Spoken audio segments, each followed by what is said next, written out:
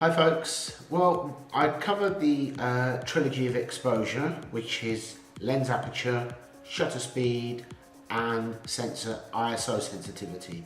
Hopefully you'll have had a chance to read up about it and actually go out with your camera and practice using different variations to get the same exposure but with a different shutter speed or different aperture or different sensitivity depending on the effect that you were after.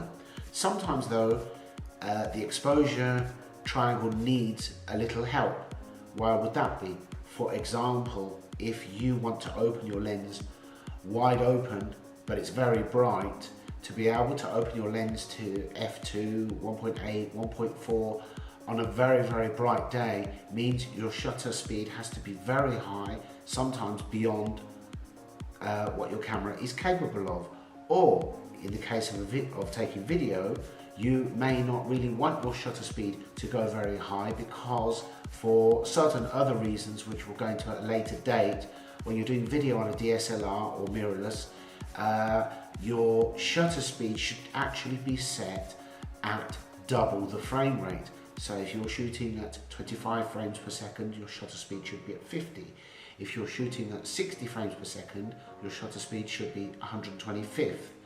If you increase your shutter speed beyond that, you can still take video. It won't matter if you're videoing something still, but if there's any movement, it can begin to be jerky because of the ratio of the frames per second to shutter speed, which means that sometimes, or more often than not, if you want to open your lens up in video, you're overexposing. So what do you do about that?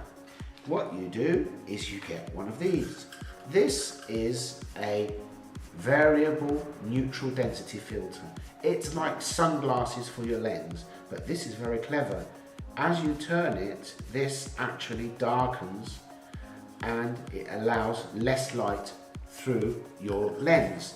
So it's actually a lot of neutral density filters in one, but you can infinitely adjust it in small increments while it's on your lens, so that you can set your shutter speed and your aperture and your ISO, and you can make any fine adjustments with this so that you can cut down the amount of lens that's light that's entering your lens, enabling you to open up the lens more. Maybe because you're taking a portrait, you want to open your lens wide open so that you can throw the background out of focus, or you want to photograph something in particular and you want to isolate it again by opening the lens wide open.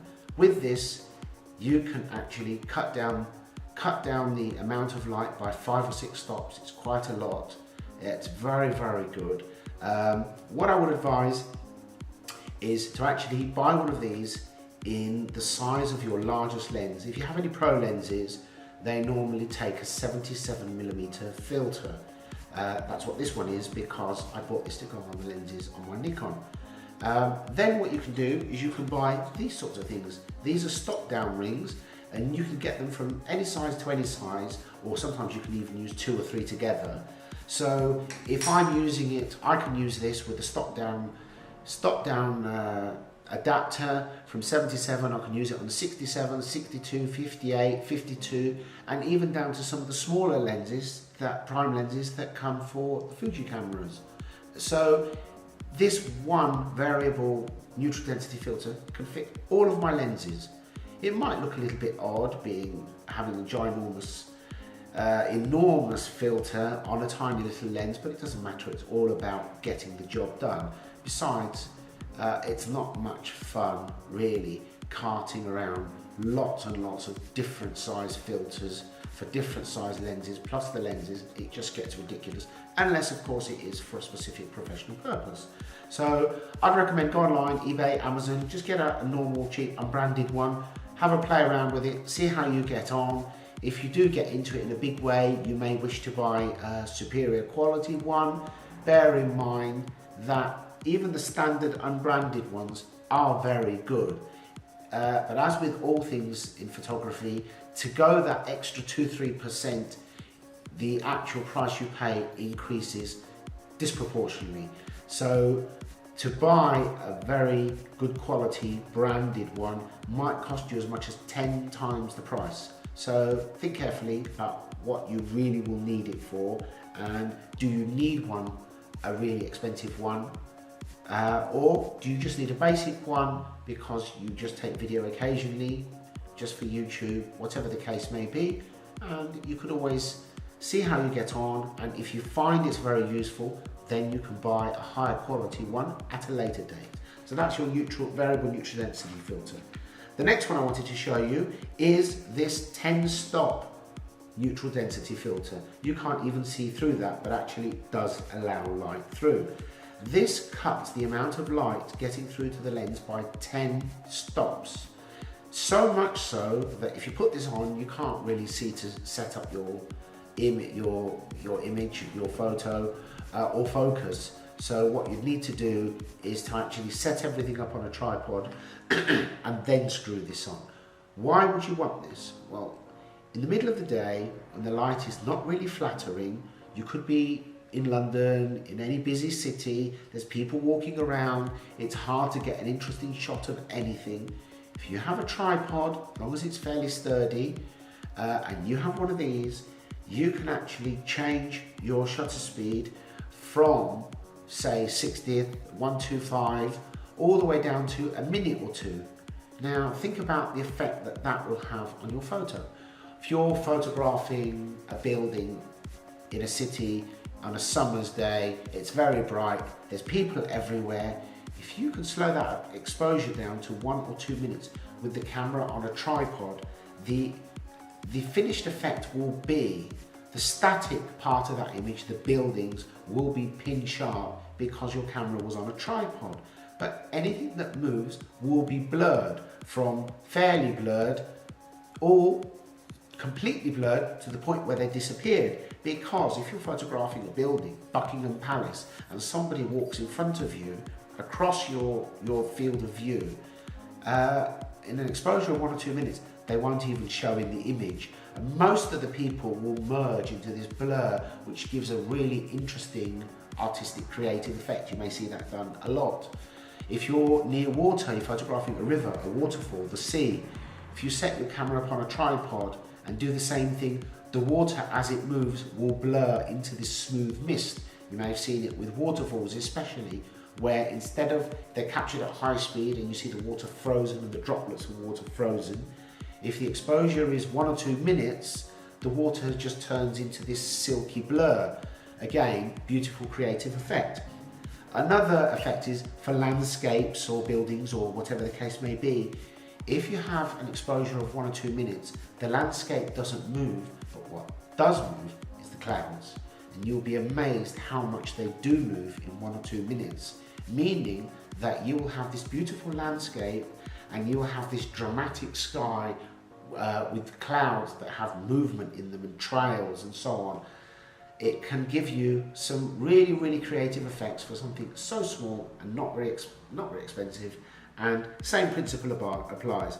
Buy it to fit your largest lens, and just buy a selection of stop down rings so that you can fit the same filter on all your lenses, and that will save you a fortune. And with these two things in a little pouch, just like this, your creative options become infinitely more variable. But what you do need is a tripod. Don't make the mistake of becoming overzealous and going out and buying a big, heavy, professional tripod that you don't need. I've done that. I bought a very expensive or very heavy Manfrotto professional tripod. It's amazing if I'm going to put a really heavy camera on it in a gale force wind, which I never seem to do, but it's very heavy, so I never take it anywhere. I actually bought a Velbon tabletop tripod, which is very, very good, but I would also look at some of these GorillaPods. They make a 1K and a 3K, depending on the weight of your camera. A 1K is more than enough for most mirrorless cameras. They're sort of they're sort of pliable, and you can actually wrap the legs to wrap them round a handrail.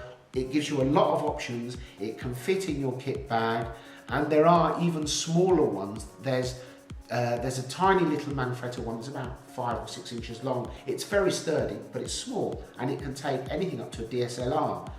That will do the job. Most important thing is to have something that can fit in your bag, because even though it might not be the most sturdy of tripods, the best gear is the gear that you have with you. And it's all well and good to buy expensive, professional, heavy, high quality equipment, but it won't do you any good if you end up leaving it at home because you can't be bothered to take it out with you. So always have a tiny little tripod, something that you can use to improvise, even if it's a bean bag, something that you can rest your camera stationary so that you can use things like filters and slow exposures to increase the effects that you are able to create with your camera. Most of the newer cameras do have some sort of wireless remote release that you can use from an app on your phone. Again, if you don't have anything like that, just set the camera to self-timer, press the shutter, and it will go off by itself without you touching the camera, and then you'll avoid any camera shake. So I'd strongly recommend these. Go on eBay, Amazon, a variable neutral density filter, and this is called an ND100, 10 stop neutral density filter. These will pay off in dividends to buy. You only need to buy standard unbranded ones, trust me. You take a photo with one of these, or one that's 10 times the price, and print them out, and I would put money that nobody would know which one, which lens or which filter was used for which photo. Seriously, it's a focus on the creativity, don't focus on the gear. Okay, back soon with some